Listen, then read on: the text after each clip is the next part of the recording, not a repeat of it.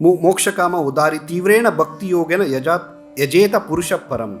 तो जिस व्यक्ति के बुद्धि व्यापक है, वह चाहे सकाम हो या निष्काम अथवा मुक्ति का इच्छुक हो, उसे चाहिए कि सभी प्रकार से परम पूर्ण भगवान का ही पूजा करे। तो यदि यहाँ पे तो बताया जाता है कि सकाम काम करने से सिर्फ ऐसे कोई अच्छे जन्म मिलेंगे, उससे कोई फायदा नहीं। बट श्रीमद् भागवत में दूसरा जगह में ये भी कहा जाता है कि कोई सकाम भक्त हो या काम भक्त हो, उनका अंदर कोई भौतिक इच्छा ही नहीं हो या मोक्ष काम है, कोई मोक्ष चाहते हैं, तब भी वो भगवान श्री कृष्ण को ही परम पुरुषोत्तम का ही पूजा करना चाहिए, उनका ही संकल्प लेके पूजा करना चाहिए। तो ये क्यों है?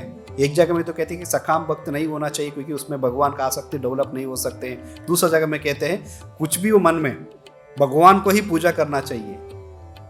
तो चैतन्य चरितामृत में ऐसे एक प्रसंग आते हैं कि हरिदास ठाकुर जो है 24 घंटे भगवान का हमेशा हरिनाम संकीर्तन में लगे रहते थे।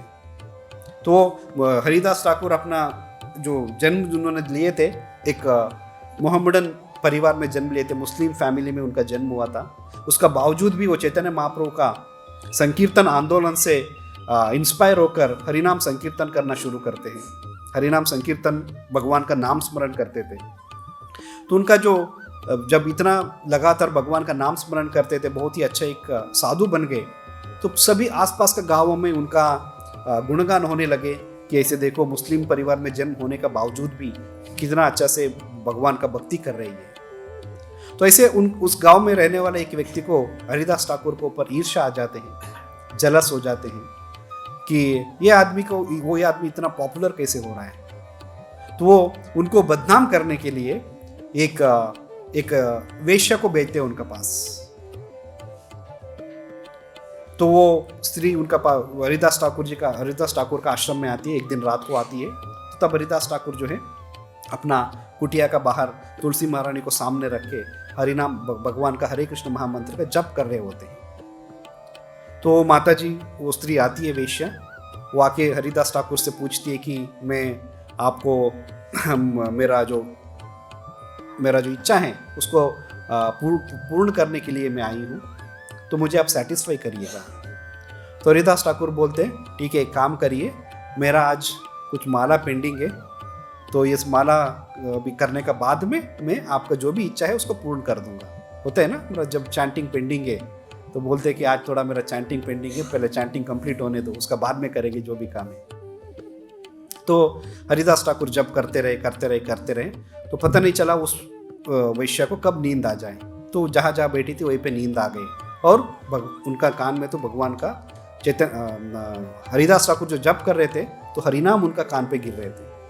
तो सुबह हो गए, सुबह उठ के पूछते अरे क्या हुआ, आपने तो मुझे जगा ही नहीं।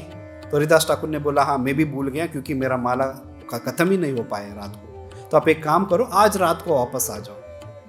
तो रात को वापस आती है तो फिर बिठा देते कि आज भी मेरा कुछ माला पेंडिंग है, तो मैं थोड़ा कुछ देर बाद में आपका जो भी इच्छा है मैं पूर्ण करने का कोशिश करूँगा, आप बैठ जाइए। उनको बिठा दिया और हरिदास ठाकुर जप करने लगते। उस दिन भी ऐसे पूरा रात बीत जाते हैं। तो सुबह उठ के वो स्त्री पूछती है आज भी ऐसे हुआ। तो हरिदास ठाकुर बोलते हैं ठीक है, शाम को दोबारा आइएगा। तो ऐसे कई दिन बीतते हैं। कुछ दिन बीतने के बाद में तो वैश्या जो है रोज आती है, तो सामने बैठ के नाम जप का सुनती थी, तो वो भी हरिदास ठाकुर का साथ जप करना शुरू करती है। हरे कृष्णा कृष्ण कृष्णा हरे हरे, हरे राम राम राम हरे हरे। और हरिनाम का जप का महिमा, हरिनाम जप का जो परिणाम ये था कि कुछ दिन बाद में वो वेश्या जो है हरिदास ठाकुर को दंडवत प्रणाम करके बोलती है कि मुझे तो आपको बदनाम करने के लिए किसी व्यक्ति ने भेजा था मुझे आपका पास, और मैं तो पहले मना कर दिए थे कि आप कोई बहुत बड़ा संत है, तो आपको इस तरीके से आपका बदनामी मैं नहीं चाहती थी, बट उन्होंने बहुत फोर्स किया मुझे, तुम्हें जाना ही है। तो उनका फोर्स का वजह से मुझे आना पड़ा। बट मुझे आज लग रहा है कि पहले तो मुझे बहुत ही गिल्टी फीलिंग हो रहा था अंदर कि मैंने क्या काम कर रही हूँ, ऐसे तो कर भी मैं बहुत पाप कार्य कर रही हूँ, वेश्या हूँ, बट ऐसे साधु के लिए मुझे इस तरीके से काम करना एक it's a very insulting. But उन्होंने मुझे आज लग रहा है कि उन्होंने बहुत अच्छा काम किया आपका पास भेज के, क्योंकि मेरा मन का अंदर जो इस भौतिक इच्छा है सब खत्म हो चुका है।